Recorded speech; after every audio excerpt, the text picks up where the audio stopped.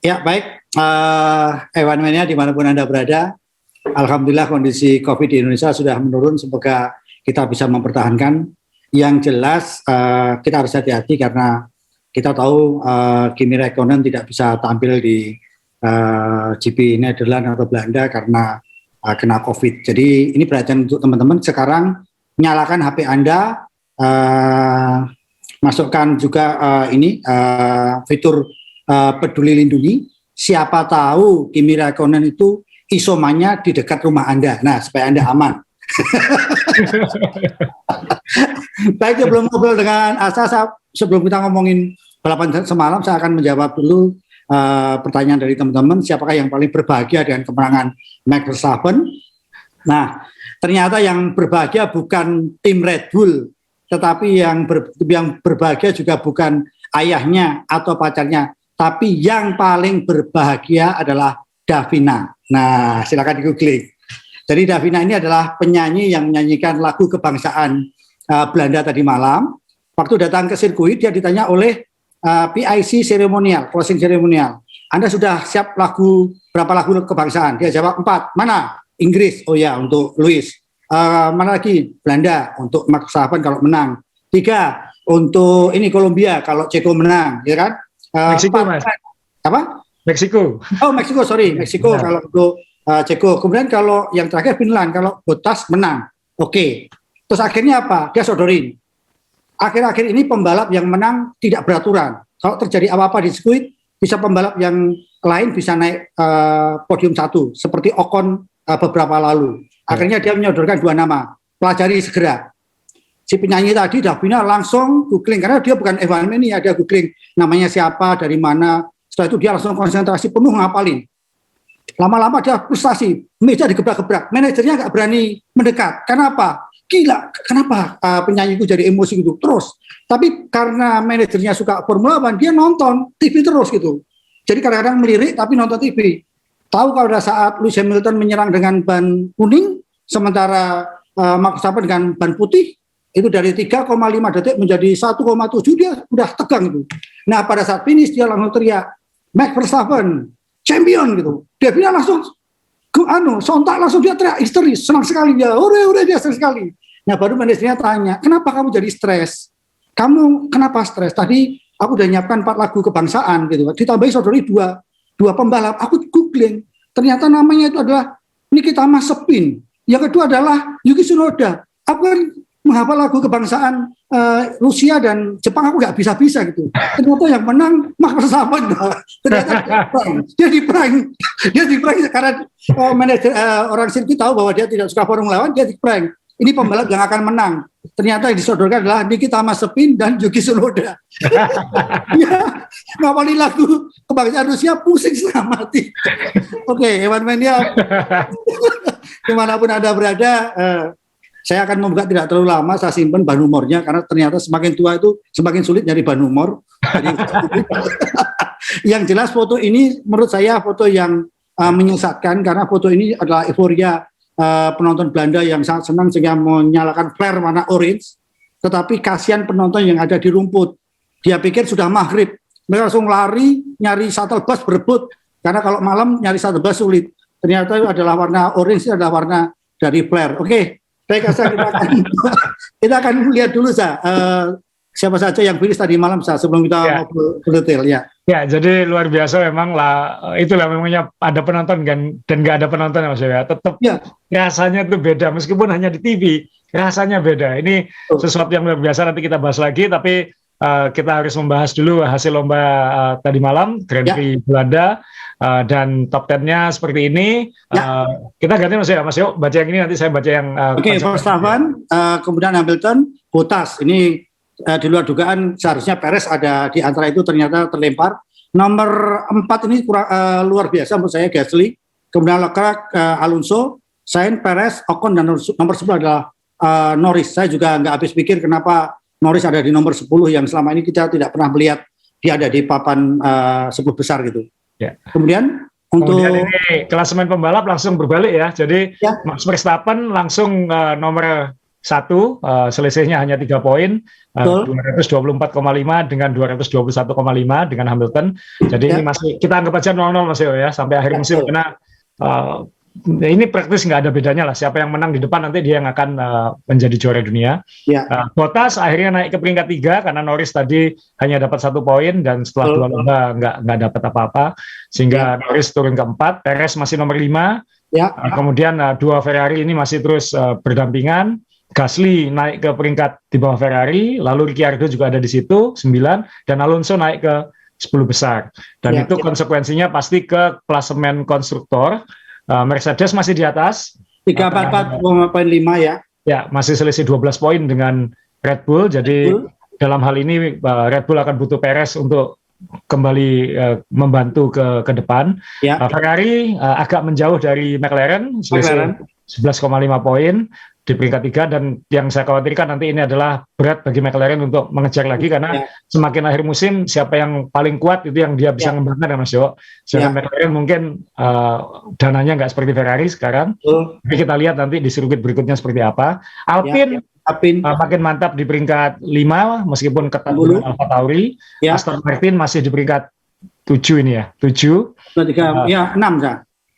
7 betul. Kemudian Williams, kayaknya Williams, Alfa Romeo dan Haas nggak akan berubah sampai akhir musim. Williams akan sulit naik ke atas, Alfa Romeo akan sulit menyulit mengejar Williams, dan Haas kalau bisa dapat 1 poin adalah sebuah kemenangan musim ini. Jadi persaingan konstruktor dan pembalap masih kita anggap 0-0, masih kayak anggap semua lomba ini adalah lomba pertama sekarang. Jadi kita nggak tahu nanti hasilnya seperti apa, karena nanti di akhir kita akan bahas sisa kalendernya seperti apa. Kita kembali ke foto utama tadi, tapi mungkin karena tadi Mas Dewo sudah nyinggung soal COVID, meskipun sudah mereda, sempat menyinggung Kimi Raikkonen, saya ingin shout out dulu ke sahabat kita Mas Dewo, Om Bobby Arifin, salah satu sahabat saya, dia liputan di Zandvoort weekend kemarin. Kemudian dia sempat ngirim saya foto dengan Kimi Raikkonen ini, karena kita dulu kan sama-sama aktif liputan waktu Kimi masih meniti karir, dan ini adalah tahun terakhirnya Kimi. Celakanya adalah setelah foto ini kemudian muncul berita Kimi positif. Jadi Om Bobby bilang, "Woi, swab, Anda close contact, ini nggak pakai masker lagi fotonya," kayak gitu kan. Jadi habis itu Om Bobby langsung swab juga setelah itu, dan dia alhamdulillah tidak ada masalah.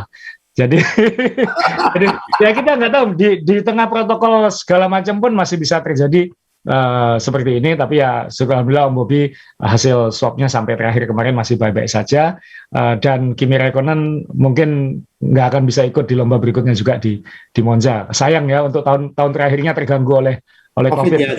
Buat saya yang penting bukan yang pakai masker, buat saya yang penting di foto ini adalah yang nggak pakai masker, karena ini sahabat kita gitu. Dan kita butuh Om Bobby pulang selamat Mas. Saya titip merchandise sama dia, soalnya kan kalau enggak merchandise-nya kelamaan datangnya kayak gitu.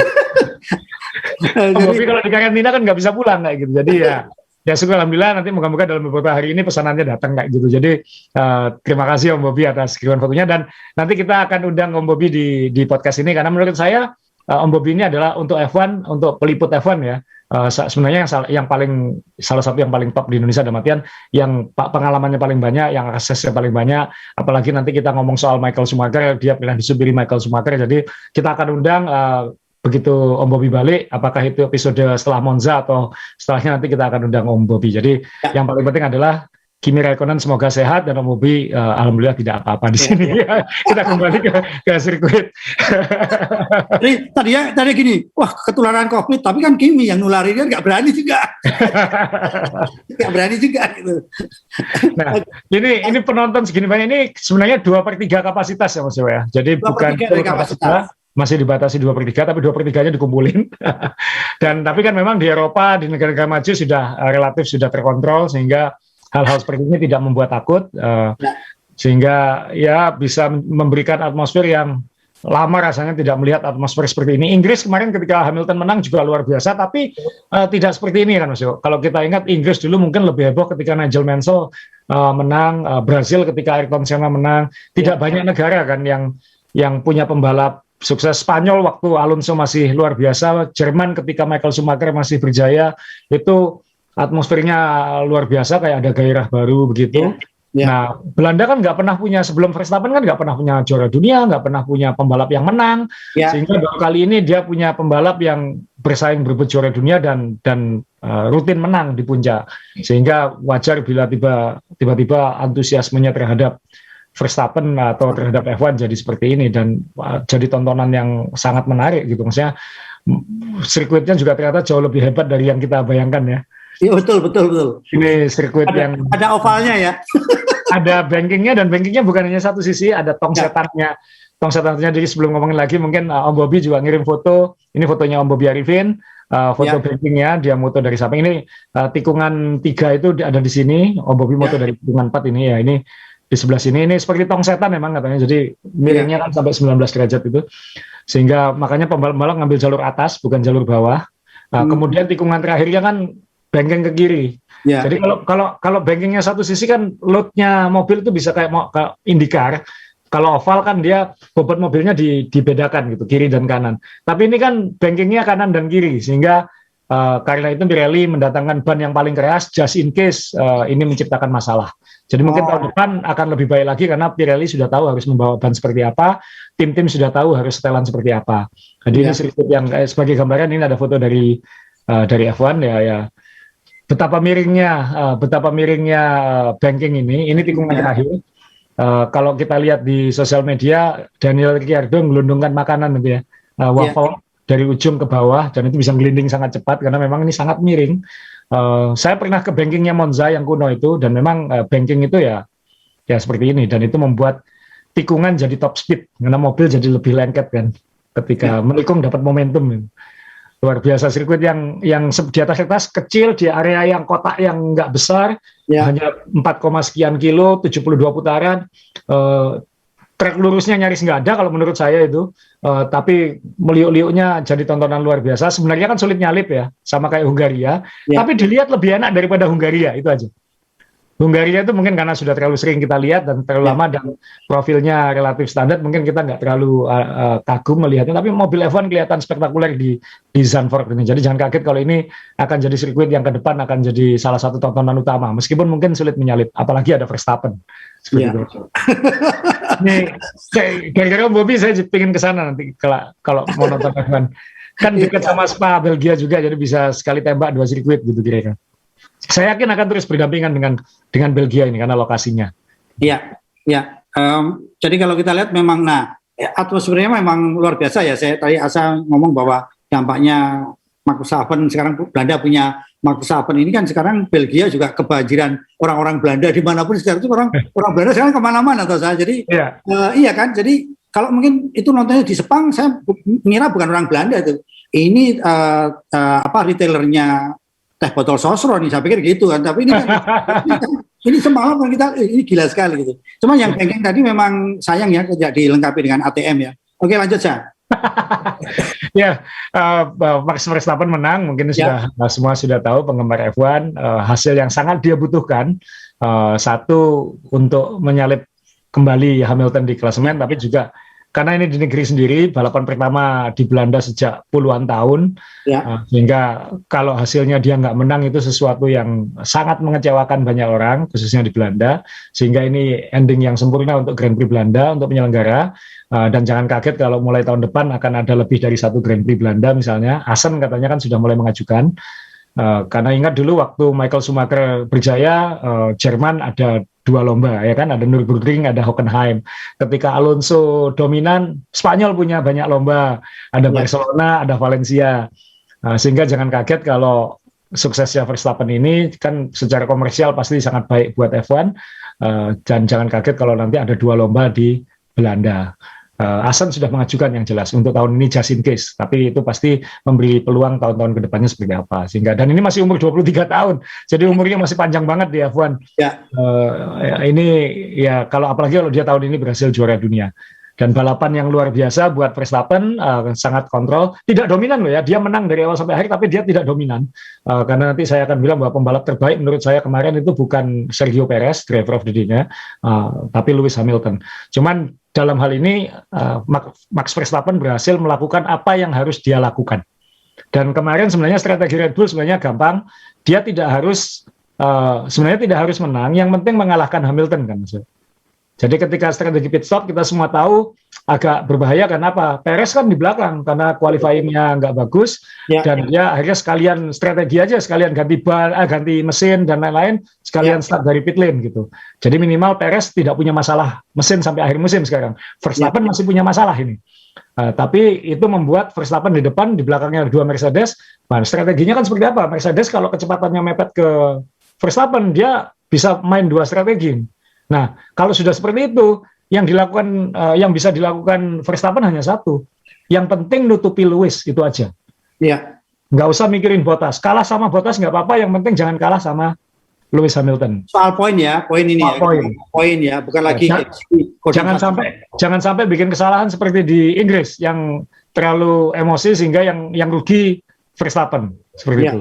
Dan kemarin Mercedes mencoba melakukan itu, mencoba melakukan Lewis Hamilton, ini saya tampilin fotonya, Lewis Hamilton pit stop duluan, lap 21 kalau nggak salah, untuk niat undercut. Karena dia tahu Valtteri bisa dipaksakan nyoba satu stop, seperti itu. Sehingga ketika itu terjadi, yang dilakukan Verstappen ya harus membayangi apa yang dilakukan Lewis. Lewis pit stop, saya pit stop. Terserah, Bottas mau ngapain, terserah. Pokoknya Lewis stop, saya stop. Apalagi ini pit stopnya kan sangat sempit ya, katanya hanya 14 meter antara mobil, lebih sempit dari Monaco katanya. Sehingga top speednya hanya 60 km per jam di pit lane, sehingga waktu pit stopnya lebih lama, jadi harus sangat memperhatikan apa yang dilakukan oleh Lewis Hamilton. Jadi Hamilton stop, Verstappen stop.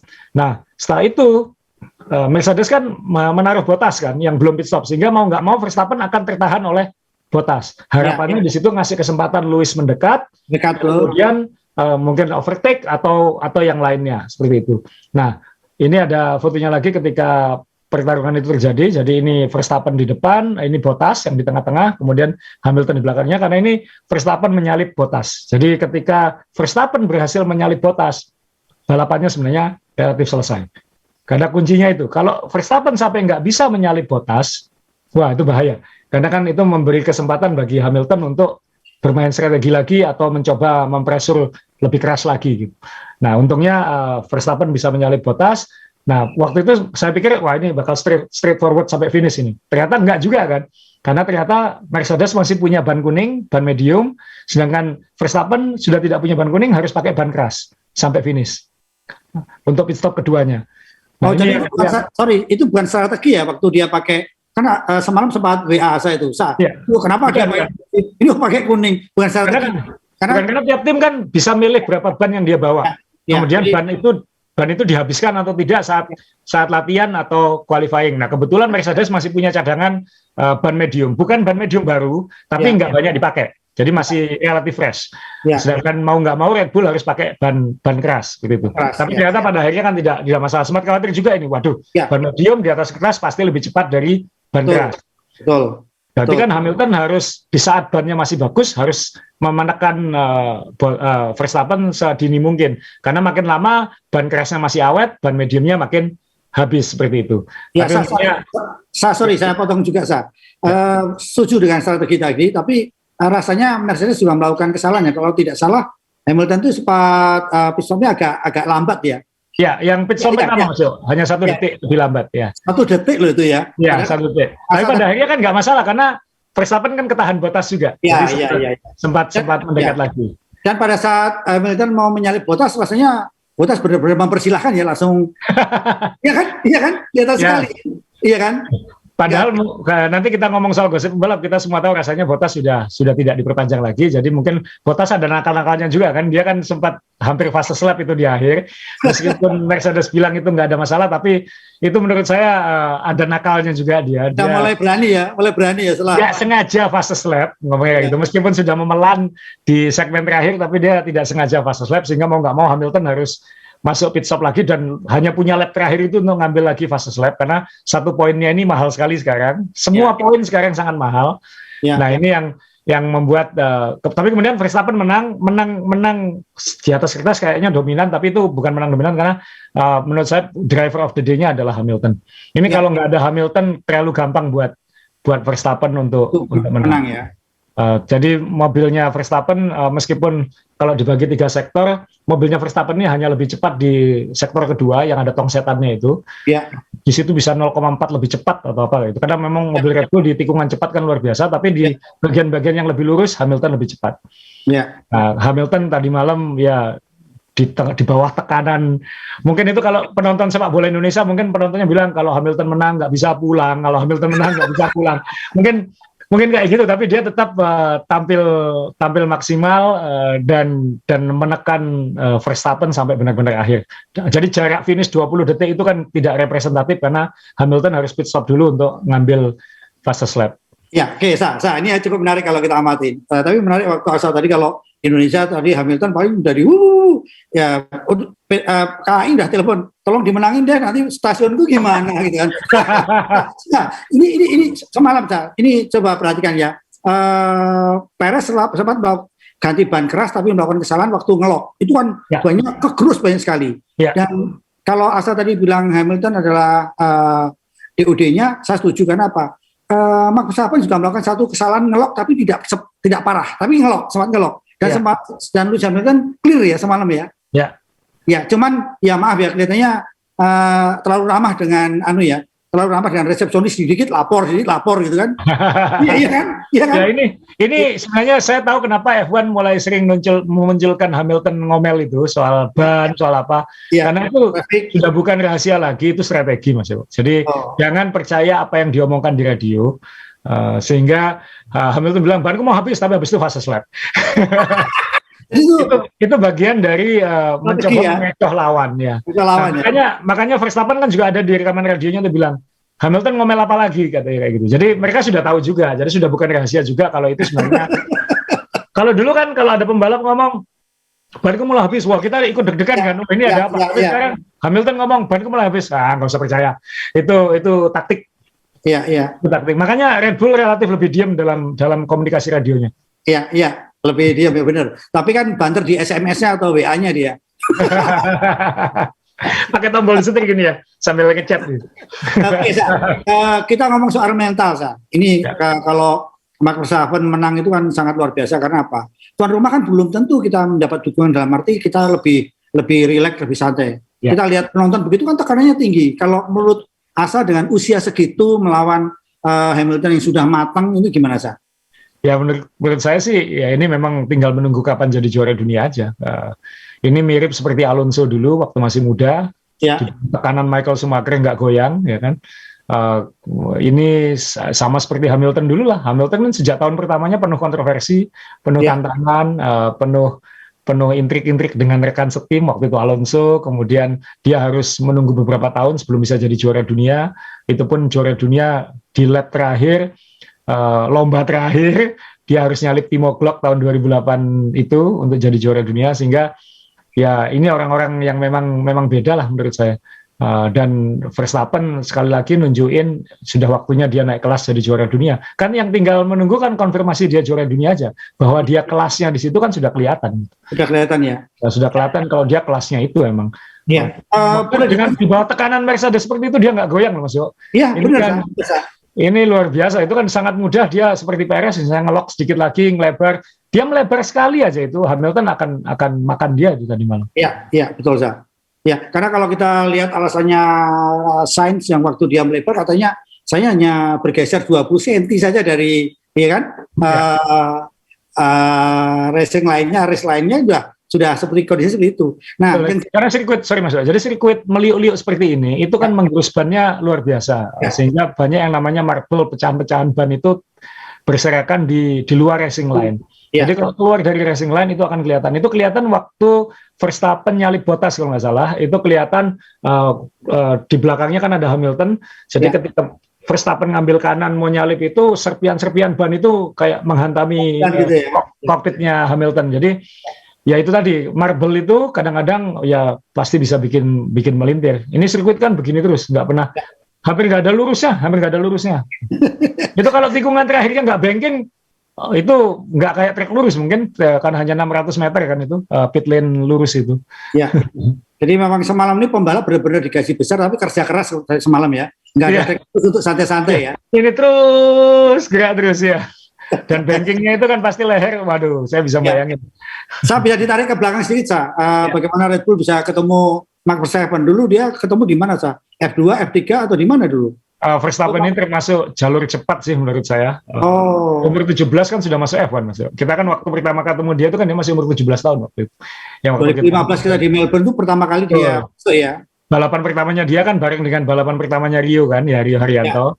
Sehingga ya waktu itu dia masih umur 17 tahun, ya semua tahu ini berbakat, tapi mungkin nggak ada yang membayangkan dia sehebat ini. Apalagi waktu itu kan bareng sama Sainz. Yang sebenarnya juga hebat juga sekarang. Ini produk Red Bull Academy lah. Dan secara genetik kan Max Verstappen ini kan dua sisinya pembalap semua. Ayahnya dulu pembalap F1, ibunya dulu juara go-kart. Malah yang saya pernah dengar di sirkuit itu katanya itu yang bakat bukan bapaknya, itu dari ibunya katanya. Bener. Iya, tapi karena perempuan katanya gitu. Jadi saya bilang Verstappen ini bakatnya bukan dari bapaknya, ini dari ibunya katanya. Iya, dan Belanda sendiri karena adalah negara yang menemukan motor mesin ya, mesinnya motor ya saya, Belanda ya. Saya nggak tahu itu cara kayak gimana. Tapi ibunya orang Belgia sih Mas. Dia lahir di Belgia, besar di Belgia sebenarnya. Iya, tapi karena ayahnya pembalap ternyata saya googling, ternyata memang Belanda itu menghasil mesin motor karena ada 2 tak, 4 tak gitu. Dulu yang menemukan kan Kapten Tak dulu namanya. Yang itu Indonesia dulu. Dan katanya loh. Coba lagi aku di sini siaran. Dan kakeknya Max Verstappen ini yang punya prototipe motor bebek. Nah ini yang orang nggak tahu. Dan dibeli oleh orang Jepang. Makanya sekarang kalau ada Yamaha NMAX ini punyanya eyangnya itu. Udah, terus. Balik. Tapi ya Red Bull kan punya barisan talent scouting yang hebat, jadi pembalap-pembalap muda hebat-hebat itu diambilin semua. Salah satu dan beberapa muncul jadi superstar kan, Vettel, kemudian sekarang ada kan Daniel Ricciardo juga dari sistem itu, Carlos Sainz juga dari sistem itu, sekarang ada Max Verstappen gitu aja. Nah, Max Verstappen ini sekarang menciptakan masalah bawahnya nggak bisa naik sekarang karena standarnya jadi sangat tinggi. Nah, nanti ada kaitannya ke Albon, susah kepindah ke tim lain dan lain-lain ketika kita ngomong gosip pembalap. Jadi ya memang diambil sejak dini, balapan formulanya kan nggak banyak, hanya Formula 3 atau apa kayak gitu. Kemudian langsung diambil Red Bull, umur 17 sudah balapan di F1, di Toro Rosso. Tahun keduanya baru 4 lomba langsung ditarik ke Red Bull. Balapan pertama di Red Bullnya langsung menang. Habis itu tinggal bola saljunya gulung Max Verstappen seperti sekarang. Nah, Belanda, seperti tadi di awal saya bilang, Belanda nggak pernah punya pembalap juara. Sekarang punya juara dan langsung level seperti ini ya tentunya. Meskipun ini sebenarnya kan Belanda Belgia ya. Dia memilih warga negara Belanda gitu aja karena dia lebih banyak sama ayahnya, tapi ibunya orang Belgia, dia lahir di Belgia, dia besar di Belgia, meskipun perbatasan dengan Belanda. Belanda Belgia ini kan negara kecil kan maksudnya sama Jawa Timur kan nggak ada apa-apanya sebenarnya dua negara ini, cuman ya di Indonesia kan kita dulu kan dijajah Belanda seperti itu. Makanya saya lagi nyari ya, siapa tahu kakeknya dulu ada yang pernah di Indonesia terus punya anak di Indonesia, mau saya cari siapa tahu punya bakat seperti Max itu kan. Nah, cari keturunannya keluarga Verstappen di Jawa ya Mas ya. Ini semalam jujur ada orang yang juga bilang kok ngantuk balapannya ya. Kalau menurut saya juga enggak karena memang kejaran dunianya kan sekarang ini kita berebut antara Lewis dan Max Verstappen. Tapi yang saya amati kenapa tim-tim yang selama ini mendulang poin kayak McLaren, Ferrari yang praktis 2 sudah rasanya udah 1-2 gitu kan.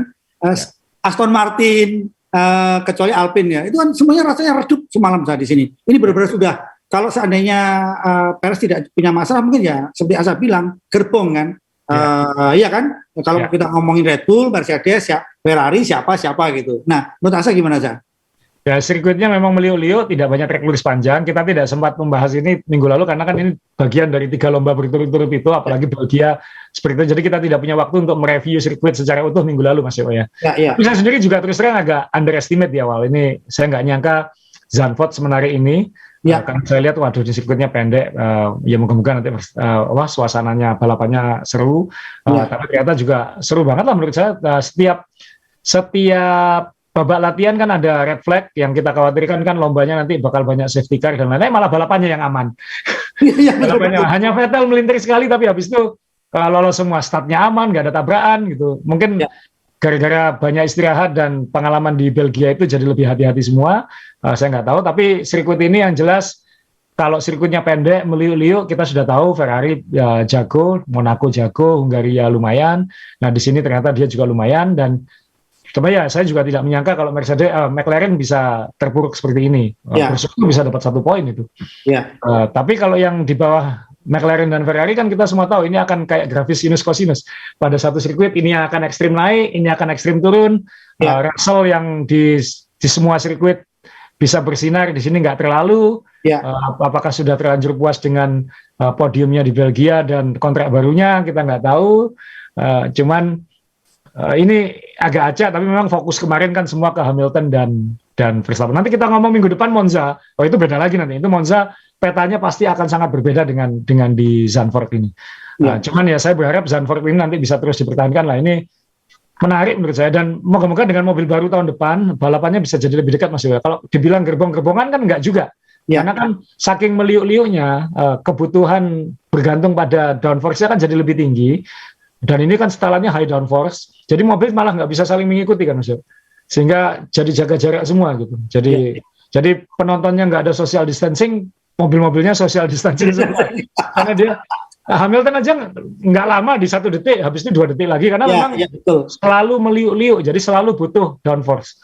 Jadi dari sisi itu sebenarnya sirkuit ini kurang menarik, tapi moga-moga dengan mobil baru 2022 ini jadi sirkuit yang lebih menarik lagi. Tapi secara tampilan spektakuler, dalam artian satu wide shot kamera bisa ngelihat hampir semua sirkuit, lalu suasana sekitar. Menurut saya ini luar biasa. Jadi Mania memang saya sempat baca juga katanya Max bilang bahwa ini pasti ada kekacauan pada saat balapan nanti dan memang terbukti startnya luar biasa, sekali semalam itu tinggal siapa yang berani. Kalau kita lihat juga Alfa Romeo sempat ada di depan itu juga mengagetkan, tinggal bagaimana maintenance karena memang tadi saya bilang sebutnya meliuk-liuk. Saya ini kan semalam juga sempat kaget kalau kita lihat di tayangan TV. Ban tinggal berapa persen, 10%, 20%, tapi masih kenceng aja. Itu juga saya juga mikir, itu kan sudah beberapa lomba ya, sejak dipegang Liberty Media kan banyak data-data baru di layar. Cuman saya menganggap itu mirip dengan omongannya Hamilton lah, gitu. Dalam artian buktinya ya masih kenceng-kenceng aja itu kan, jadi kan nggak terlalu relevan. Itu mungkin menambah sensasi menontonnya, kita jadi lebih. Kalau itu pendukung jadi lebih deg-degan, tapi pada akhirnya di malam tidak ngaruh gitu. Atau mungkin untuk staf ahli yang menampilkan itu lebih baik kerjasama dengan Indonesia kan banyak ahli vulkanisir kan pasti lebih jujur ya bahannya tuh kayak apa kan lebih tahu gitu. Nah, ini kita ngomongin soal gosip karena ini memang udah paruh musim dan udah habis musim panas juga, istilahnya liburannya udah selesai. Russell sudah bahagia dengan tanda tangannya baru di Mercedes, kemudian Kimi belum resmi Mas Iwo ya, belum resmi. Jadi ini saya tampilin foto Kimi karena kan kita tahu Kimi akan pensiun, jadi pasti ada lowongan 1 di Alfa Romeo. Nah ini siapa yang menggantikan? Katanya Bottas.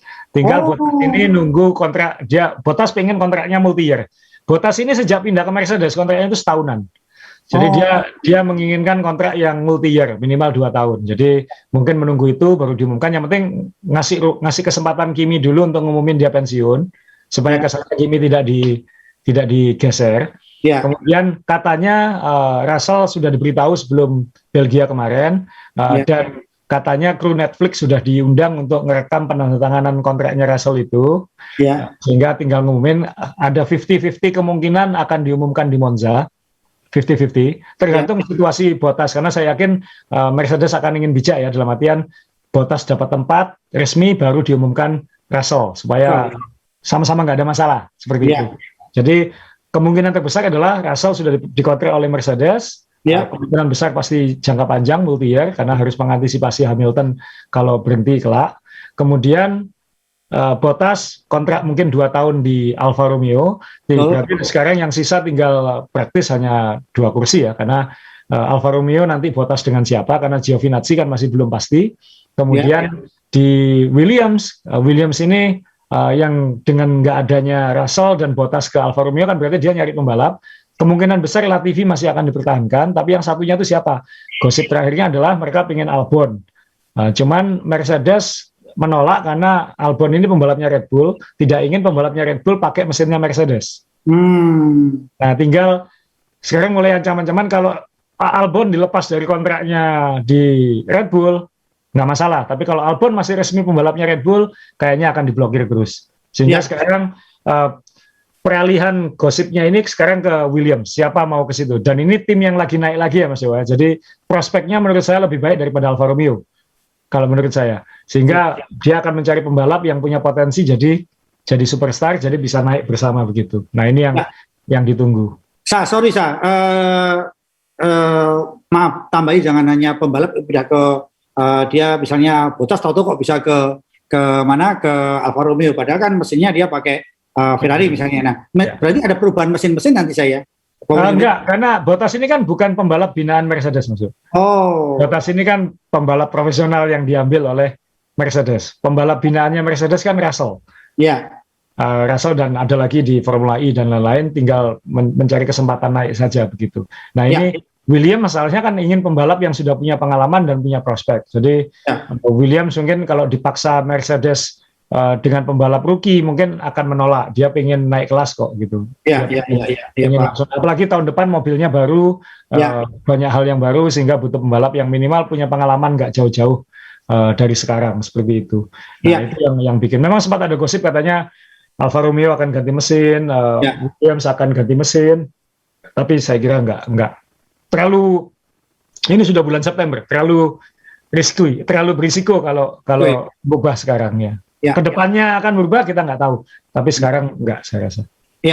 Sekalian menjawab pertanyaan dari teman-teman, kemarin ada yang pesan pertanyaan titip ke Mas Asa, kenapa waktu Kimi tidak bisa kok diganti Kubica, kok bukan pembinaan lain yang di F2 atau F2 itu? Saya kira itu mepet sekali ya, karena kan itu hari Sabtu pagi baru diputuskan ganti, sehingga secara resmi kan memang reserve drivernya Alfa Romeo ini kan Kubica, jadi mungkin Kubica sudah punya kursinya siap standby, udah siap standby, jadi tinggal duduk aja. Dan Kubica juga pengalaman, jadi nggak akan aneh-aneh di situ, nggak ada beban untuk ngajari lagi segala macam. Alasannya seperti itu. Rata-rata kan reserve drivernya kan pengalaman semua Mas Jo. Red Bull ada Albon, kemudian Nico Hülkenberg juga standby setiap waktu. Jadi rata-rata pembalap yang standby ini adalah yang punya pengalaman. Jadi sudah terjawab ya. Jadi saya tidak salahkan menjawabnya. Kenapa Kimi diganti Kubica? Ya saya jawab yang lain tidak bisa, saya bilang gitu aja. Dan jangan kaget kalau nanti Kimi pensiun akan selalu hadir di sekitar rumah Anda, karena setelah dari Alfa Romeo dia akan digait Alfamart. Jadi siapa tahu nanti teman-teman bisa beli teh botol sekalian minta tanda tangan. Nah, gosip pembalap sampai di situ saya. Kalau Haas udah ya. Ini juga masih nunggu, makanya nanti tinggal kursi keduanya Alfa Romeo ini kan. Kalau memang Bottas yang pindah ke situ, berarti kan binaannya Ferrari seperti apa? Meskipun hubungan antara Alfa Romeo dan Ferrari ini tidak resmi junior tim, tapi kan karena supply mesinnya dari Ferrari tentu ingin menaikkan juniornya ke tim-tim ini. Junior utamanya dia kan Mick Schumacher. Cuman mungkin Mick Schumacher ingin dipertahankan oleh Haas. Kita menunggu. Jadi intinya sekarang ya fokusnya ke Williams dan Alfa Romeo ini, karena nanti siapa yang nggak kesini akan kesini, kira-kira kayak gitu. Saya nggak yakin Giovinazzi bisa selamat ini, meskipun kemarin qualifying-nya luar biasa ya di peringkat 7. Tapi ketika lomba kan ya maaf melempem juga gitu. Nah, sehingga pasti butuh yang lebih greget lah, yang lebih kan tidak harus Italian lagi sekarang. Itu yang ditunggu siapa ya. Tapi kalau misalnya Haas dengan Alfa Romeo kan ya tuker-tukeran sendiri aja, kayak Red Bull dengan Alfa Tauri. Yang saya kaget adalah Alfa Tauri, Gasly pasti dipertahankan. Gasly ini jadi cadangan yang baik kalau tahun depan Perez ternyata nggak bagus kan di awal musim. Betul. Gasly tinggal naikkan, tapi Tsunoda mungkin masih dikasih kesempatan. Entah itu mungkin dealnya dengan Honda seperti apa. Tinggal sekarang ya Albon mau ditaruh di mana gitu. Itu kan yang jadi masalah buat Red Bull. Red Bull ya. Nah, katanya William sangat pengen Albon, itu yang disebut. Boleh sedikit sebelum saya ngobrol untuk balapan ke depan. bagaimana dengan nasib Vettel, kemudian gosip-gosip kalau Alonso juga dideketin Aston Martin, ini gimana Bu Masa? Kayaknya cuma gosip kan udah lewat kan ya. Ini kan Alonso pasti masih di Alpine tahun depan, sudah dikonfirm. Berarti kan Aston Martin juga nggak punya pilihan, dia mau nggak mau harus, kalau mau yang bagus ya Vettel, gitu. Nggak ada lagi sekarang. Nggak lagi. Tapi dia mau naikkan rookie. Nah itu kan saya rasa juga nggak akan terjadi. Ya. Yang jelas kalau memang Alonso memang memuaskan ya kinerja tahun ini, kita lihat semalam luar biasa, kemarin luar biasa dia. Iya, semalam startnya luar biasa seperti itu kan. Berani kan maksudnya, ini kelihatan pengalamannya kan maksudnya. Jadi dia yang lain ngambil bawah, dia ngambil atas. Iya. Dia tahu caranya. Alonso ini kan dari dulu memang racecraft-nya luar biasa. Saat balapannya luar biasa. Itu yang diakui di Alonso. Dan itu untuk tim papan tengah yang persaingannya ketat seperti ini, itu skill yang mahal. Skill yang mahal. Ya. Jadi teman-teman kalau semalam kita lihat Sebastian Vettel sempat melintir, memang banyak pikiran, lagi stres juga karena terus terang dia lagi sakit hati dengan cara kerja dua pembalapnya Haas. Jadi dia tidak suka pada saat dia qualifying diblok dengan cara itu. Dia nggak suka karena kalau anak muda dua-duanya kok main kroyok, dia nggak suka. Kalau berani satu lawan satu. Jadi dia merasakan diblok dua Haas ini, gila ini anak muda mainnya kroyokan gitu. Dia paling sebel itu. Ini kalau kita ke Monza ya? Ke Monza, tapi mungkin sebelum kita ke Monza kita harus ngomongin soal, karena ini persaingan kejuaraan dunianya sangat ketat Mas. Kita harus ngomongin sisa kalender. Saya mau nampilin sisa musim 2021. Pada akhirnya kan memang tidak jadi 23 lomba. Pada akhirnya jadi 22 lomba. Itu pun yang satu masih dikosongkan, jadi masih fleksibel balapan di mana. Kemungkinan ya. Jadi kalau kita lihat di layar. Jadi habis ini minggu depan ini langsung weekend ini langsung di Italia dan ini langsung sprint qualifying lagi. Jadi kita dapat tontonan yang seru lagi sejak Jumat, Sabtu, Minggu. Jadi kita akan kembali seperti di Inggris. Nanti kita akan preview khusus balapan ini di akhir. Kemudian setelah itu ke Rusia, 2 minggu jeda, habis itu ke Rusia, kemudian 2 minggu jeda ke Turki, kemudian 2 minggu jeda ke Amerika. Kemudian 2 minggu jeda ke Meksiko. Jadi setelah Italia ini relatif jadwalnya normal seperti F1 biasanya. Kemudian tanggal 14 November, seminggu setelah Meksiko itu langsung Brazil. Ini langsung triple header ya, ini Meksiko, Brazil, dan tanggal 21. Nah, Brazil saya beri asterisk karena ini juga akan sprint qualifying seharusnya. Jadi kita akan melihat lagi yang seru seperti itu. Cuman masalahnya di Indonesia itu kan dini hari Mas Yoyo. Aduh, itu kalau 14 November itu berarti nanti Jumat, Sabtu, Minggu nanti melean terus 3 hari itu jadinya gara-gara sprint qualifying. Dan itu setelah sebelumnya Amerika melean, Meksiko melean lagi gitu. Jadi minta ampun ini bulan Oktober akhir dan awal November ini buat kita yang di Indonesia. Kemudian tanggal 21 karena 2 balapan terakhir nanti di Arab Saudi dan Abu Dhabi. Jangan kaget kalau tanggal 21 ini nanti juga di Timur Tengah untuk memudahkan logistik kan Mas Jo. Karena dia baru saja 3 kali turut-turut. Oke, Meksiko dan Brazil relatif berdekatan sama-sama di Amerika Latin. Tapi kemudian kalau minggu berikutnya Amerika Latin kan nggak ada pilihan lagi mau di mana kan kayak gitu. Jadi pasti ini akan langsung habis Brasil langsung terbang ke Timur Tengah sehingga 3 seri terakhir timnya nggak usah kemana-mana lagi. Itu saya pikir yang akan mereka lakukan. Jangan kaget kalau nanti tanggal 21 November itu nanti Bahrain atau Qatar. Oh, isunya katanya November mau diambil Surabaya, Hari Pahlawan. Agak kelewatan sedikit Mas Yo, harusnya jadwalnya Brasil yang diambil. Iya. Betul. Atau Meksiko. Iya. Ya diambil di Surabaya, habis itu suspensinya patah semua kena jalan di Indonesia. Ya, jadi ini kita tidak tahu juga apakah ini pasti. Semoga ini sudah pasti karena ini hampir pasti Mas Yo, tinggal menunggu yang tanggal 21. Jadi ini mau nggak mau harus dipastikan dan ini berarti sekarang Mercedes dan Red Bull sudah mulai ngitung kan dia seperti apa, strategi mesinnya seperti apa, dan ini sedikit beban lagi kembali setelah 2 lomba ini Red Bull enak. Nah sekarang bebannya kembali lagi ke Red Bull karena Italia kalau kita ngomong mesin seharusnya Mercedes lebih unggul. Rusia dari dulu makanannya Mercedes, Bottas yang menang di situ pernah, sehingga 2 lomba ke depan ini ya mungkin serangan baliknya Mercedes di sini. Jadi jangan kaget kalau Mercedes dominan di 2 ini, apalagi Verstappen masih punya utang mesin 1, jadi harus melakukan keputusan strategis ngambil penalti. Itu harus diambil dalam 2 atau 3 lomba ke depan ini malah mungkin sebenarnya. Si Perez kan sudah, jadi sudah aman. Nah, Ya. ini yang jadi tantangan. Turki free flowing, banyak fast corner, Red Bull dan Mercedes kembali imbang. Amerika Serikat ini sejarahnya Mercedes juga. Meksiko mungkin ada Perez di situ, mungkin Red Bull juga biasanya baik di situ. Brazil ini udah-udah. Jadi ini sekarang mulai ngukur ke depan peluangnya seperti apa. Karena Ya. kita anggap aja sekarang 0-0 kedua tim ini.